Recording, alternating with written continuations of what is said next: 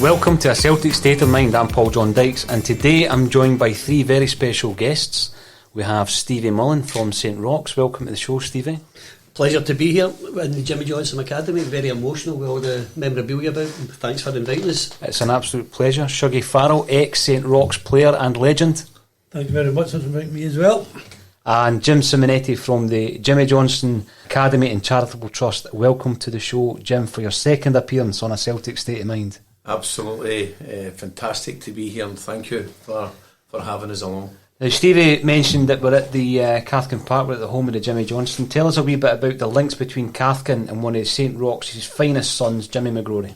Well, there's a lot of history between Cathkin Park and Celtic in general, but Cathkin Park is a famous park, obviously in Glasgow, and famous for many Scottish Cup finals and other Glasgow Cup finals, etc. But since I've been here and started to find out a lot about the history of Cathkin Park, I was delighted to find out that James McGrory was signed on this park for Celtic Football Club from St Roch's, and it was after I found that out that I says I'm going to dig a wee bit deeper and find out what is the links here. That was after we found out that Jimmy played his first game in the hoops here as a reserve player. So Cathkin Park and James McGrory seem to go hand in hand. James McGrory brought the last Celtic team here around about 1964 to play at Cathkin Park. And so there's great links. But what was delighted to find out a few years ago that St Roch's, which is a club close to my heart because that's where I grew up, within the vicinity of St Roch's, that the guys put it forward to change that to the James McGrory Park. I thought that was fantastic. And Jimmy Johnstone's academy team, the 2002s, had the honour of playing their semi-final of the Scottish Cup there, unfortunately lost in penalties. But James McGrory is someone very special to myself because he brought Jimmy Johnstone, and the more that I've learnt about the man as well, I think it's fantastic that we all go hand in hand, James McGrory, Jimmy Johnstone, and our home at Cathkin Park. Stevie, Jim and I came and visited you up at James McGrory Park just the other week there. Tell us a wee bit about your role there and how the club are doing at this moment in time. My role is to oversee everything that happens at the club. Andy Cameron, who was the ex-manager, instigated most of the stuff that's happened in the recent years and invited us along to get involved. We decided that we would start to get involved in community-based things apart from the football. So Andy took responsibility for the football side. I took the responsibility for the development of the community work. From there, in the last 5 years, we've done an awful lot of community initiatives. We started with the soccer academy, and that was Andy's idea. Andy brought that, and we had that 4 nights a week and a Saturday, and we had over 120 kids at every session. We then, the homework club, which was a great initiative that was started by young Michael Docherty and is sponsored by Ivan McKee, the MSP, and Michael and 2 tutors from Strathclyde Uni would come every week and tutor the kids from the full Royston corridor and beyond on maths and physics. When we were doing that, we got great feedback, even tweeted by people like Carol Vorderman, complimenting us on our work. So that was a great initiative. We then got into food banks and toy appeals. Again, that was an idea from a boy called Michael Kennedy, who's a local lad. And we've progressed that to this year. We were able to deliver about 6 van loads of toys from the Royston corridor, from St Mungo's Primary to Royston Primary, St Roch's, Bamulloch, St Philomena's, St Catherine's, Balornock Primary and St Martha's. the Spread Group, which is a Catholic organisation of St Philomena's that helps people with learning difficulties and adults with learning difficulties, and we gave to St Philomena's Parish and St Catherine's Parish. So that was what we'd done over Christmas. We were able to help some individuals who would struggle over Christmas. We gave them money and other toys to help them over a busy, busy pipe. The big one we're doing now is Roch Talk. Obviously, with mental health becoming a big thing. So about 4 years ago, I went to a thing at Partick Thistle Charitable Trust, and it was senior teams all invited along, and we were the only junior team that went. And all these gentlemen were coming in very smartly dressed, and as we sat down and discussed it, Sam H were there, it was there, they were hosting the event. Everybody around the table all had mental health or someone in their family who suffered from mental health. So that started the ball rolling. Shug, who's with me, I've gone into a wee bit, he's not had great mental health in the last couple of years. He can talk about his own private thing. So then I started going a walk with George Docherty and young Stevie Diamond, two guys from opposite ends of the social spectre, and we were out walking, and the both of them chatted away, and I thought, this could be another good idea. But the reality was, I was frightened to do it, because I didn't have any experience of mental health illness or training, and I thought I could start something and it could end up wrong. So I contacted Sam H about it, and I spoke to the girl, and she says, what do you want me to do? I says, I need you to give me some advice. If somebody turns up in a crisis mode on a Sunday morning, what do I do? And the reply to me was, tell him to go to his GP. So I was appalled by that. I thought, somebody's made that brave step to come to me, and I'm going to tell him to go to a doctor. My doctor, I can't get an appointment for 3 weeks. I put the phone down, and the girl, I was distraught about her answer. And then, but 4 months ago, I went to a thing at Hampden. The guy for Breathing Space spoke, and I went, I'm just going to do this. So from there, we've went from strength to strength. We have it every Sunday morning from 11 to 1 o'clock. We're getting between 12 and 25 adults coming, and we've really helped some people over the last few weeks. As a result of doing it prior to Christmas, I was able to open up the club on Christmas Day and New Year's Day. Christmas Day, I had over 24 people come into the club, and on New Year's Day, I had 20. So there's a need for mental health. And 2 weeks ago, we had 3 young Motherwell fans committed suicide. So the avenue's there. So even with coronavirus, and I know this might not be popular, I'm going to still do the mental health operation. So people aren't getting lonely and social isolation. I think, Stevie, you said there that it may not be popular, but it's a necessity for a lot of people during even the next few weeks, more than ever, that the anxiety levels are going to increase, the fear of the unknown, the social isolation. So groups like Roch Talk for me are pivotal to help people get through that. I mean, what would you say to anyone listening who needs a wee bit of help and you think you might be able to help them with this group? I think they should come along. Because how I explained it to somebody last week, we're not professionals, we're not experts, but we're there for each other. One young man came a few weeks ago, and it was quite a difficult stage. So if you realise where St Roch's Juniors is situated, it's between Garngad, Jermison, Provenmill, Blackhill. Really deprived areas, socially, financially, rich in spirit. This young boy was in trouble. And there are guys who come, now they're from real hardy backgrounds, all offer to go and help this guy's house, to clean his house, do his washing. So if you've got a problem, we can help you to do it. We can't. And we've got all the places to signpost if your problem's away from what we can actually do. But we have the facilities to now take you further forward. I just think that's remarkable that you've got, people talk about a community club, Stevie, but you've got a junior club doing the work within those deprived areas that is saving lives, really. I mean, Shuggie, you played with the Roch, Yep. right? They've obviously played a big part in your life. How important are they to you? You go up there and you help Stevie up at James McGrory Park. Well, the last 5 years since Stephen's been involved, I was diagnosed clinically depressed 4 years ago. Spoke to Stephen about it, and since then, I've started going back to St Roch's.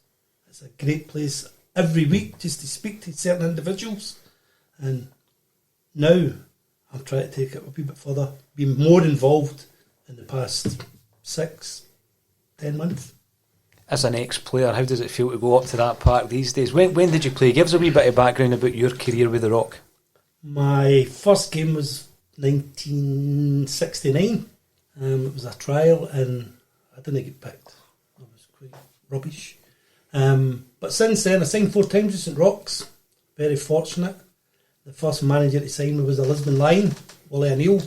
And since then, albeit my family was involved with St Roch's all those years ago, but in the past 45 years, it's the second best team in Scotland. Why do you think it is that the Celtic fans have such an affinity with St Roch's? Obviously, you've got the areas that both clubs are in, the Glasgow Irish population perhaps that were in those areas. Do you think it comes back to that? I think it originally came from that. Over the last couple of years, because we've really established great links with all the Celtic things. And it's but we're a club open to all. But now we allow the Green Brigade to have their tournament every year. It's at James McGrory Park.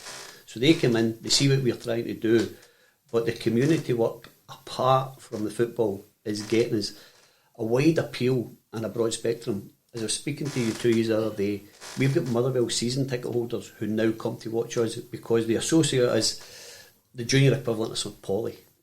You know, that there's a real community ethos. Even we work with a homeless group called the Invisibles, and our 2 contacts with that was a lady who died last year, you may be aware of, Michelle McFarlane, and Billy Reid, who's now on our committee.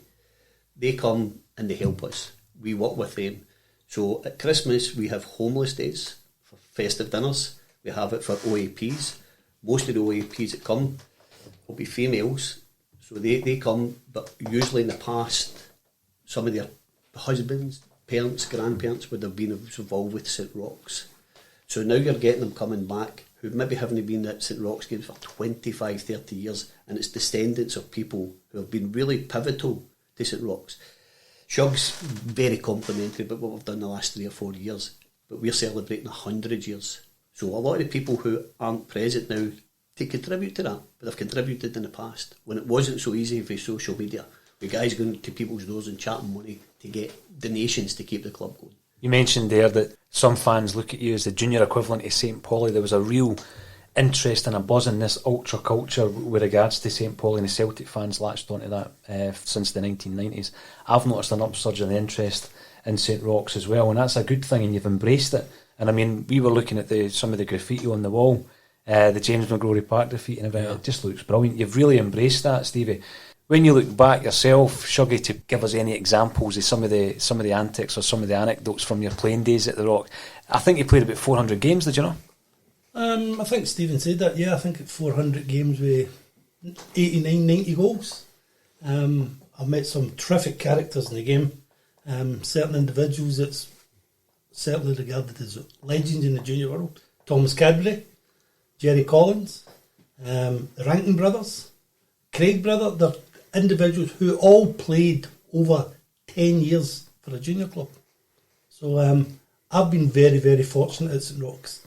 As I said, my dad played there a number of years ago, and for me just to be part of it, but more so now in the past year, as I said, being involved with Stephen in the charity work at Christmas and that, it's really helped me with my short illness. That's great to hear. I mean, when we're talking about Willie O'Neill, I know, Jim, that you had the pleasure of meeting Willie, and his nickname was Pumper, wasn't it? Yep. Where did he get the nickname from? There you are, shoot. His nickname was Pumper. I don't know if that's one word or 2 words. No, it was one word.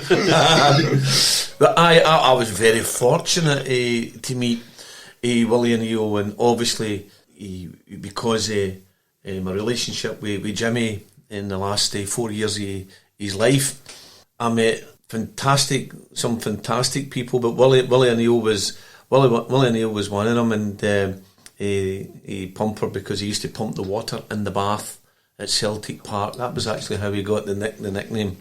And but I think it's fantastic that Shuey and Stevie's come along today and they're speaking about St Roch's. I grew up in Blackhill, and we had a great love and a great affinity for St Roch's, and we always said, one day I'm going to play for St Roch's. Well, unfortunately, I wasn't good enough to go and play for St Roch's. But in the background, we always went along.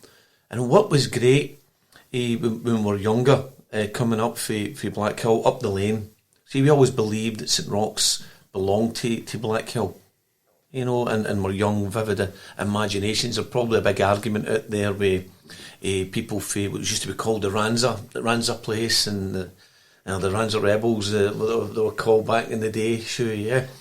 Proven Mill, the Garngad, or Mullock. So it was a big nucleus, but we believed it belonged to us because we had nothing. But I was delighted to hear Stephen say that we had lots of riches with each other, and people would help people because everybody was in the same boat. There wasn't any wealth, but it was wealth of getting together and going up and watching St Roch's. It was brilliant. It was absolutely fantastic. Now, Shuggie, you ended up playing with St Roch's, but your earlier career, you played with you were signed certainly with some senior clubs. Tell us about your earlier career as well. I was very fortunate. I had 2 or 3 short spells, just like me, I had down at Coventry. I came home and had, again, short spells with Morton, with Eric Smith, my boss. Played with some terrific players, Bobby Collins for one, then Hamilton, and I was very quickly found out and got put back down to junior football, and that's when I went to St Roch's. But I had a stellar career in the junior football, I would say. But of all the clubs I played with, and I played with a number, St Roch's was the closest to my heart. As I said, I signed 4 times for St Roch's, so I'm proud of that. 4 times. Willie O'Neill, part of the Lisbon Lions squad. What's your memories of him as a gaffer? Willie was the driest comic you've ever met in your life. It was his delivery, the secrets he told me on what to do on a football park when I was a young boy. It stood me in good stead. But as a character, I know love's a big word, but I fell in love with the guy as a young man. Told me everything what to do, and when he left, he signed me in 1973, and part of my signing on fee was working in the Roch Club. So as a signing on fee, I got a job in the Roch Club.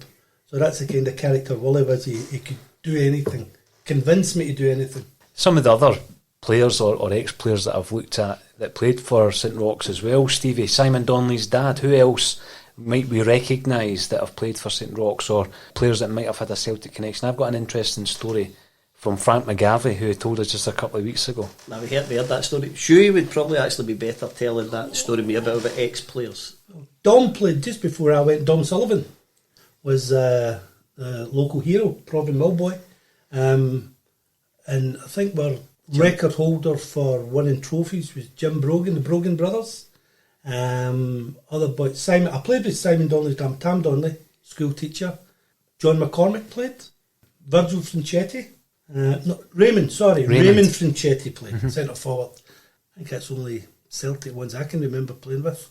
But in the older days, we were littered with senior players. Tam Donnelly came from Dumbarton, 1970. Again, I think it was 73, and he was the last junior player ever to be capped for St Roch's, 1973, and we've never had one since then. So hopefully this year we get another one. Steve, see, when you look at the junior game, and we're talking about players being farmed out to junior clubs, even Celtic did that a hell of a lot of the Lions and the Quality Street kids. What is the relationship now between the junior leagues and the senior leagues? Absolutely nothing. The top junior clubs may be able to access it. At our level, it's very, very difficult. You would never get an SPFL team putting somebody out on loan to you. It just wouldn't happen, especially with all their academies and all the progress that they make. There would be too much of a danger for them to do. Do you think there's anything that they could benefit from coming along and playing for St Roch's in the junior leagues? Definitely, they could get toughened up a wee bit and realise that everything isn't laid on the plate for you. Sometimes it's got to be hard work, although most teams in Jim Simonette, even for kids, they just expect everything now. Mm-hmm. When we used to turn up, it was a bag with your towel and your soap and everything. Now they want to come with wee bags with hairdryers. but we have a lot of parallels with the Celtic, even how St Roch's was founded and how Celtic, and we both had a player die on the partnership. Yep. We made Pat Fagan die. Pat Fagan was a relative of me. Shug was a very good friend of him, and we played a game, and Pat, the goalkeeper, landed on Pat. They went home and unfortunately died within weeks. And that was one of my great St Roch's guys was a guy called Tommy Mulvey. Tommy Mulvey was the manager at that time, and Pat died as a result of an incident on the pass. What year would that be, Shuggie? 1980? Definitely, yep. Christmas Eve 1980 died, yeah. Christmas Eve? Died on Christmas Eve. That's tragic. Jim, talking about what youth players, you're involved in developing youth players. What do you think a footballer could get by stepping back into the junior leagues like they used to do back in the 60s and 70s? Attitude. Definitely again, and about the older and more experienced players, would teach them to have a more attitude, because as a junior player or a good amateur player within those ranks, you had to have an attitude that was a winning attitude, and maybe we don't have that as much now, but that, I would say, out of anything, and that's what I go on about, is the attitude. It's the attitude that's going to get you to the next level of football, whatever that may be. Stevie, just tell us a wee bit about your team at the moment. How are they doing, and what kind of players do you think are standing out for you guys?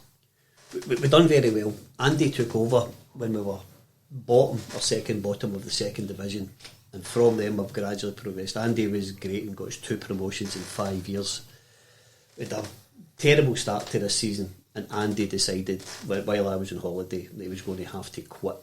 And it was dreadful for me for him to go. It was great fun, and he was very good at what he'd done, but he decided he had to go, and he eventually had to give him a blessing because he thought it was going to affect him, so he had to go. I then invited Paul Kelly to take over, and Paul started off like a house on fire. With an interim manager, Chick Chanley came in with Gary Bell and Paul. Chick couldn't commit, neither could Gary. Paul was always the first choice. Started off great, victory after victory, and then since it turned in a year, or just before that, our run of results were terrible. But we're still undefeated this year and at home because of coronavirus. So I don't think the juniors will start again this year, and probably going into next year, and it might be a conversation that's too deep. There probably won't be a grade of junior football next year in the whole of Scotland, because we're all having to decide whether we're going over to the Lowland Leagues and join the pyramid system. Now, what would that mean for St Roch then, from your perspective? From my perspective, and it's quite a lot, the criteria, I think there's 26 points to meet as a team to meet the criteria to join the league. You certainly wouldn't have to do it all to join. You would get a bit of breathing space, but there'd be an awful lot of finance involved to get us to that level. So we would have to make changes over a period of time to our ground. I believe a lot of other junior teams want to go because they want access to the Scottish Cup. But to get access to the Scottish Cup, you then have to get an SFA licence, which is a further bit away from that. So we would probably never qualify for an SFA licence, but we certainly would be able to qualify for the criteria within a short period of time to get accepted into the pyramid scheme, the West of Scotland League. Stevie, the whole world has been hit by the coronavirus, and Scottish football is reacting. You can see it in the media. You've heard the press releases from clubs like Hearts, top division in Scotland, and how it's going to affect a club like Hearts. How will this affect a club like St Roch in the junior leagues? Well, we have no income at all. There's nothing coming in. Our biggest thing, apart from maybe sponsorship, would be match day gates and the shop, the hospitality. So nothing's coming in whatsoever. You've still got all your costs. You've got your rent, your rates, your Wi-Fi, your water bills, your electricity. We need to pay that. We're a wee bit more fortunate over the last couple of years. We've managed to be quite financially prudent. It could put a lot of junior clubs out the game. Bigger clubs with probably professional contracts and maybe quite a lot of players, they'll still be looking to get paid, and I don't think they'll have the access to that fund to pay them unless any individual steps up and pays the wages. When you mentioned that the junior game might be completely changed or wiped out, is that as a result of, or was that something that was already on the horizon? It's been on the go since 2012, and it was a working party group. The people who represented the juniors was Tom Johnson, who's the president of the SGIFA, and from our region was a guy called Scott Robertson, who probably Scott Robertson fell on his sword just a couple of weeks ago for making a really inappropriate mark at a West Region meeting, so he's left after a long time. Tom Johnston probably thought that the juniors in the Lowland League would just do what he wanted. They've not.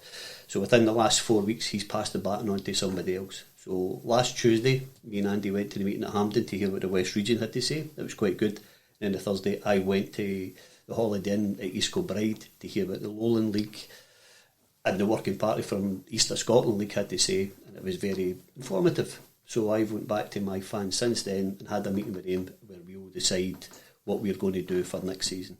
Mm-hmm. Now, it's unfortunate that we're talking about this in the centenary year of St Roch's. What an achievement for 100 years to be serving the community. Tell us, what were some of the plans that you had with your speakers' night, which was extremely popular, and a centenary match? What were your plans that we might obviously see in the coming months? Well, we should be able to reschedule. We've had good conversation with Celtic for the Kerrydale Suite.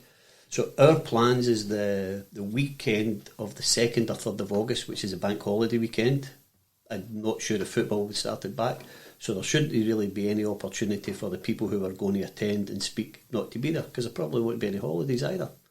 When I was speaking to the guest speakers and informing what happened, every one of them were courteous beyond belief and were really looking to support us in the future. We didn't have any snidey comments or any derogatory comments, so that should probably still go ahead.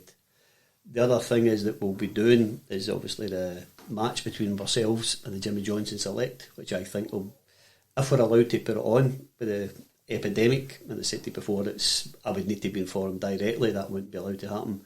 I think we'll be, I know it's free admission, I think we'll be blocked through in the corner with people attending.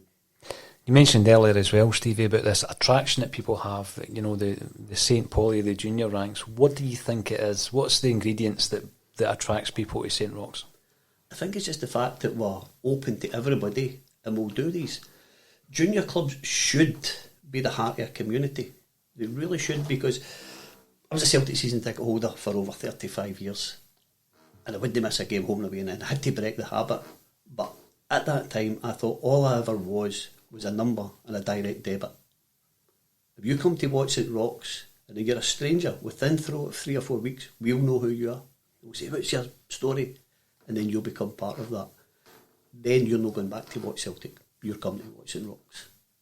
And you've got fans of all different teams coming now. Yeah, definitely. Do you think people become disillusioned by modern football, Stevie, in the way that they're treated by the clubs? We have got quite a few guys who were what we call Celtic regulars and fanatics who followed the club everywhere, absolutely everywhere, who knew wouldn't go to watch Celtic if they get a free ticket, because we can give them something that Celtic can't. And that's nothing to be derogatory to Celtic. I'll always be a Celtic fan. Always. And it's the greatest gift my parents ever gave me, was the gift of Celtic. But we can do more for a community. Celtic are doing great work through the foundation, but we can do it at a local level. And it's really impacting on the community that we serve. What I need to reiterate, I'm here with Shug represents St Roch's. We're no St Roch's. There's millions of people. I need to mention one guy in particular. It's Ken Hayes. Ken Hayes is at St Roch's every single day, opens up, does menial tasks a lot of people wouldn't want to do, and he's invaluable. And even all the other junior clubs will have somebody like Ken Hayes, but for us, we've got Ken. And it's just to say thank you for everything he does for us. That's brilliant. Great to hear. And going back to your mention there of Celtic, I'm always asking people about their greatest Celtic team, but you've thrown it back at me today, Stevie, and said, let's pick a Celtic team without a Lisbon Lion in it, your greatest Celtic side. So it's a great challenge. Who wants to go up first? Shuggie. You've been nominated. Okay, absolutely no problem. So let's run through the team and a wee bit of the reason behind your choices as well. I'll start off with Arthur Borak in goal. I think that's quite an obvious choice, coming for a real rebel myself. A back four of Danny McGrain, Paul Elliott, George Conley and Kieran Tierney. What a defence. Great defence. There we go. It's quite a simple one for me. Did you play against Conley? I did. George Conley, when I was playing junior football, I happened to play against George in the quarter-final of the Scottish Cup, who, let me just add, was the best player in the park. George was, not me. Middle two, quite controversial for Stephen anyway, would be Neil Lennon and Scott Brown. Two out-and-out winners as far as I'm concerned. I know Scott Brown didn't start his career very well with Celtic, but I think the past 3 or 4 years he's been a stalwart in the team. Three in front of him was Lubo Moravcik centre, Tommy Burns left, and you remember who it was? Paul McStay. Sorry about that. Paul, I've not wrote it down. They've all wrote it down, the other ones. Paul McStay with the number 7 up front, and I think my team's better than your three anyway, for sure. It's certainly got a bit of flair. Yeah, it's interesting, Paul, isn't it, to hear Shuggie say that two of his players would be controversial towards Stevie. How's that? Well, Shug picked his team and have said there's no right or wrong to this. It's just that I just thought somebody of Shug's age would have went back a wee bit. You know, I think. Well, obviously, aye. You know, instead After of that having as modern well. days, unless that's just his attention spans a few years. Well, maybe. Yeah. Stevie, up next. Yep. Pick your team and give us a wee bit about some of the reasons why you chose the players that you've chosen. Arthur Boric is a goalie. I think that one season that Arthur Boric had was as good as anything that you'd ever have in a Celtic goalkeeper. Danny McGrain, don't need to say anything. Bobo Baldi, because nobody passed him, he would be my centre half. Pat Stanton, because I thought he was absolutely outstanding, he would be next to him. And that gentleman we met earlier on said that Jockstein says, if I go to Man United, I'm taking with you. So I think that's testimony to anybody. And Davy Hay would be the left back, who was a fantastic, hard working player, but with great ability, and one of my favourite people I've ever met. George Conley would be the right-sided midfielder. Then Paul McStay, who's probably my favourite ever Celtic player. Paul Lambert, Champions League winner, who I thought was just absolute class. And Tommy, just because we all love Tommy. And up front, it would be Kenny Dalglish. You don't get called the king and been held in such adulation at Celtic and at Liverpool if he wasn't a good player. And Henrik Larsson. Dalglish and Larsson. Dalglish and Larsson, eh? Fantastic. Is it me? That's two excellent sides. Some of the players have made it into both sides: Boric, McGrain, McStay, Larsson, Tommy Burns. Tam, aye, definitely. Well, mine's be Paddy Bonner. I think Big Packy, when I was going to see the Celtic, he was always there, you know. But it was good that Stevie actually put in that you can only pick a team with no Lisbon Lions in it. And we made a valid point between the threes before we came in to see you, that really, would we take anybody out of that Lisbon Lion team? And my answer was no. Yours was no, Stevie, I think, and yours, Shuggie. So it's good that we're doing a team now with no Lisbon Lions. I would have Tam Burns at left back. So I'm going to 3-5-2 formation. But then that can change to a 4-4-2. So Tam Burns left back, Danny at right back, and my centre back would be Roy Aitken. So I think my back has got over roughly 1,000 appearances for Celtic in there. Roy Aitken, going to watch Roy Aitken as well. He would always seem to be a leader. Maybe not the best at players, but always a leader, and always seemed to come out with the ball at times. Made a lot. Everybody makes different things in the park, mistakes in the park, or does the things, but he seemed to rectify quite a lot as well. So that's why I went with Roy Aitken in the back here. My centre mid would definitely be Paul McStay. You know, the quiet guy on the park, off the park, but on the park, he was just magnificent. The passes that he would give through 9 times out of 10 or whatever, they were hitting where they should go to. So I definitely had the maestro right there in centre mid, and possibly dropping back in just in front of the back three as well to pick it up and then do his magic. I've actually put Davy Hay at right mid, and that again I'm the same as Stevie, an absolute gentleman, a man, but on the park he was a quiet assassin. He was a player that I loved to watch him playing. Such a wonderful player. And then obviously he went on to Chelsea, didn't he? To become their highest signing. Highest fee for a player at that particular time. 250,000. Was it Stevie? Aye. I've actually then got George Conley at left mid. George has got on all three sides in three different positions. George Conley, just wonderful. Just an absolute perpetual movement type of player. He was fantastic. You know, just a great footballer. So that would be my three centre holding players as such. One supporting the forwards and one just sitting back. On my left wing, wide left, to go down that channel, I've actually picked Johnny Doyle.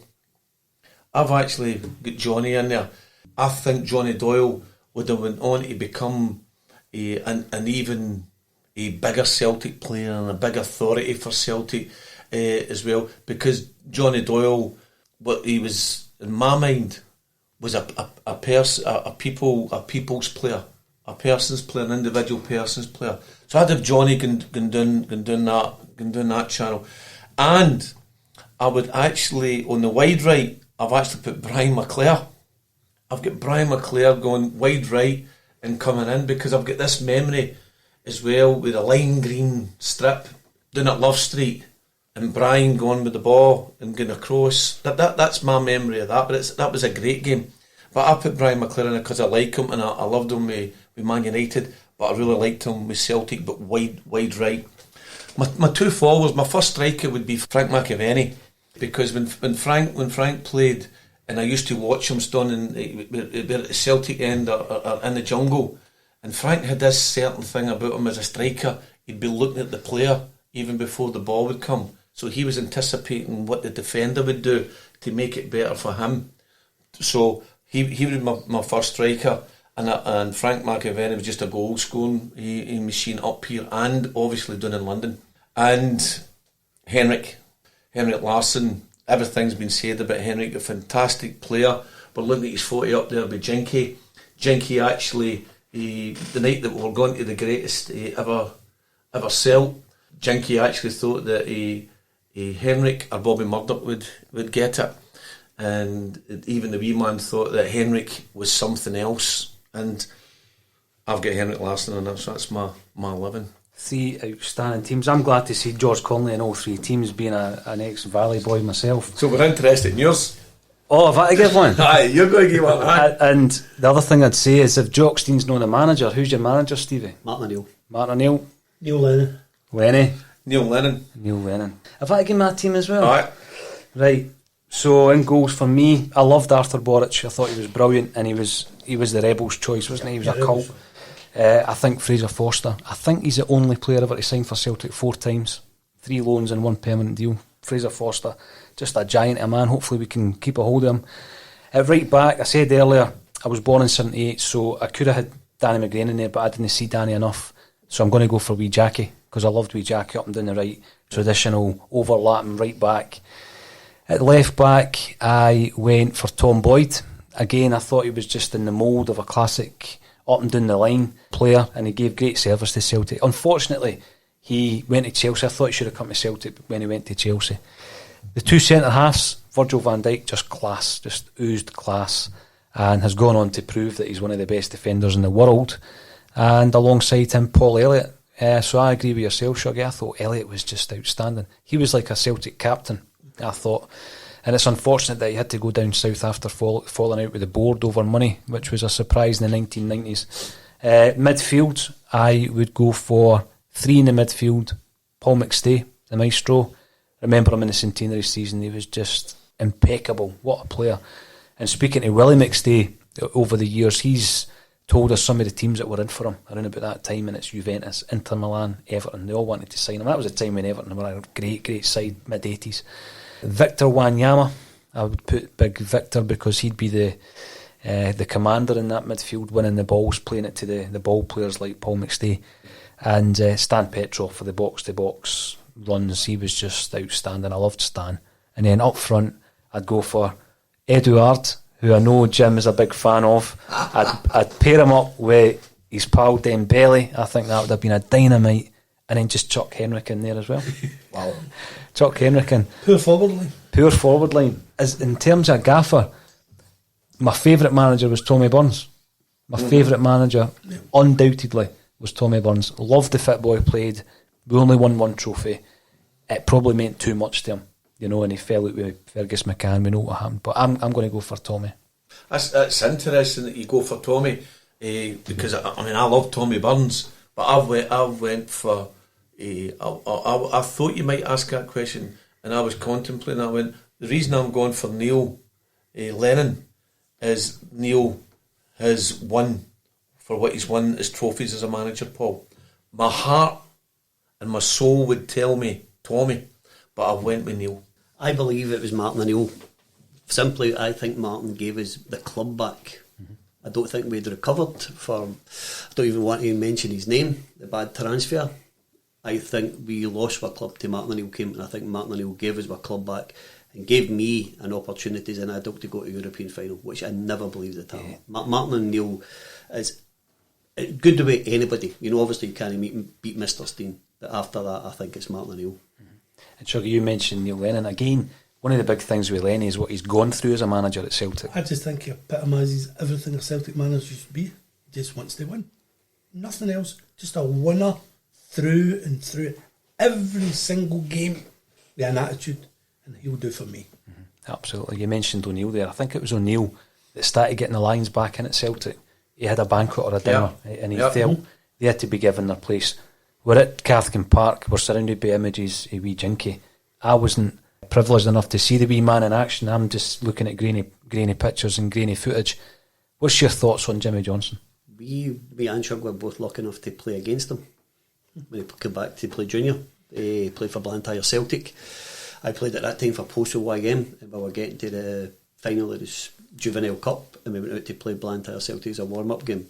Jimmy Johnson and Paul Wilson were both there, you know, which for me was incredible. Shug was able to play with him probably around about the same time. Played against him there with Stonehouse, and maybe the best entertainer in football I've ever seen.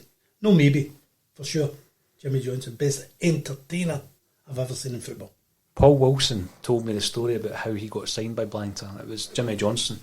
Paul Wilson was working in a pub, and wee Jinky came in, and he came in, and he came in until Wilson just relented and said, I'm going to go and play. And he told me about a game. Wilson told me a game that he was playing, and it was on a red ash pitch. You might tell me better. Was there a pitch in the junior leagues? Black ash. Black ash, maybe. And he looked over, and it was a rotten day. And he's looked over to the stands, and Jock Stein was standing watching the game. Jock Stein had come to watch Paul Wilson all these years after he had left Celtic. To tell you the wee story about Paul Wilson, the day we went to play him now, we were 18, you know, got to play Paul Wilson, Jimmy Johnson. It's fantastic. Can't sleep the night before, so we got to play at Blantyre. So we're out, doing a warm up, running about crazy. And I looked up, and Paul Wilson's smoking while he's doing his warm up. You were delighted, eh, Steve? Well, he's smoking. But no, great days through junior football, and say I followed Celtic everywhere, home and away for years, Europe, the whole lot. I don't know if it's appropriate to tell you why I stopped going, and it's one man's name, Gordon Strachan. Gordon Strachan stopped me going to watch Celtic. For his first interview, which he done on Saturday, on the ball, and he says the history did matter to him. Now, when I listened to him, I thought, how could you have not said that when your first interview? Because he speaks great about the club now. Mm-hmm. He does now, yeah. But when he came in, the thing is, you're not alone, are you? A lot of people stopped going to the games, and then that was followed up by half a season with Tony Mowbray.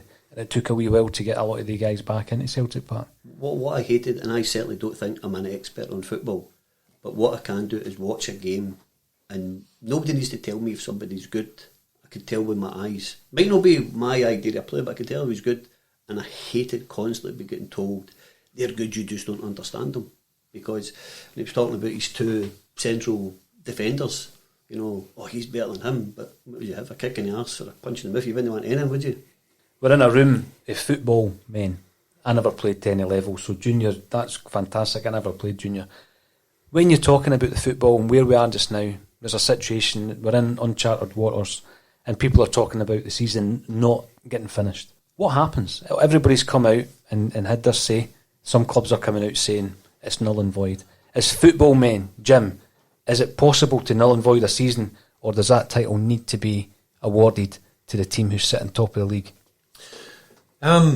Or does the games get played? Oh, you just wait. You just wait. Aye, well, Paul, I think, guys, in my opinion, you always want to see the season through. So there's no any doubt. You always want to get to the end, and you want to win the league. But let's go back to maybe season 2007, 2008, when all the games were getting played, and Rangers got to the UEFA Cup final. And at that particular time, we can't play these games, we can't finish the games, we can't do this, we can't do that. Well, let's go doing again. Sorry, let's go maybe doing it to the youths. And the first the team that represented Jimmy Johnson in the Scottish Cup final, Clyde Soccer, that's what they were called back then. That team there, 1994 age group, they won everything in youth football that year, but they still had about 6 games to play in the league, and they were told they had to finish it before a certain point. They couldn't get it, so they never got the league. And it was wee George you were talking about. It was his team, kids' team, that got the league, even though that we actually beat them at Roseville at that time. And they told all the professional clubs, you need to finish your games before a certain point, and that's the league finished. So here we are standing today, which brings me to maybe my point, that here we are standing today, Celtic stand top of the league, and whoever else is below all the way down. If the games don't get played and the end of the season is a designated day, whatever that may be, whether it be May the 3rd, May the 4th or whatever, whoever is still standing top of the league at that time, that's who wins the league. Yes, you would like to see the games being played, but if the games can't be played, whoever's at the top of the league come the end of the league date should be appointed and awarded the championship. Would you agree with that, Shuggie? No, I think before next season starts, we've got to finish it. We've got to finish the 8 games. I don't think that any other way. Celtic don't want a tainted title. No. So whenever next season starts, as long as we play the 8 before it, I think that's the only fair way to do it. Stevie? Yeah, I would just award them the championship. And I may be wrong. Is that not the SPFL rule? Yes, that's what I'm saying, Stevie. No, but I think the SPFL rule is they start and finish the season when they decide. Yep. So whoever's at top of the league then gets the championship. So give them the league, and I think Neil Lennon agrees with you. Now, today we've been speaking about a side who are called the St Pauli Junior Football. They're celebrating their 100th anniversary this year. Once all this blows over, we will enjoy your speakers night, Stevie. We'll enjoy the centenary game. But in the meantime, your Roch Talk is an anchor for a lot of people out there who need assistance and need to talk. So please just remind all our listeners how they can get in touch and how they can come and join the group. Roch Talk is on every Sunday morning from 11 to 1 o'clock at James McGrory Park. We'll have a wee game of walking football on the park, so that'll get some a wee bit of endorphins moving up. Then they can come in, have a wee talk, get a piece of sausage, a cup of tea, and we can just talk rubbish to each other. But it certainly helps people to just have a wee chat. We've went back and a few of the people say, because it's not an age determined thing, if we get more funding, I would like to open it up to women. I don't think they would speak to gentlemen, but if we can get some women involved, they could have their own meeting on another night. But we're hoping to progress this and keep it going. One other thing that we're organising, and you're also going to be involved in this, is the James McGrory Cup.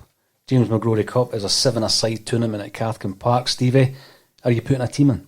There will be some teams coming from St Roch's. I don't know if it would be appropriate to put a team from the juniors, because the level we're at, it might be like taking a gun to a knife fight. So I'm throwing down a gauntlet to some of these teams. but if that's a bit of a gauntlet, Stevie. But if you wished a St Roch's team to come, they would be more than happy to put it in. But I don't want to mislead people, But we'll have a few teams from the Garngad and Blackhill, Provenmille, putting teams in, and I think some of them have already done so. That's excellent. Now, all the dates are on the Twitter page, but they are likely to be rescheduled due to the coronavirus. Stevie, it's been an absolute pleasure to have you on the podcast today, as it has been Shuggie, the St Roch's legend, and Jim Simonette. Thank you all for coming on A Celtic State of Mind. From St Roch's point of view, I'd love to thank both of you, Jim and Paul, for inviting us on. It's been an absolute pleasure, and for Shug to come with me, who can keep me right. And we'll see you on the other side, gents. Thanks very much. Thank you. Thank you.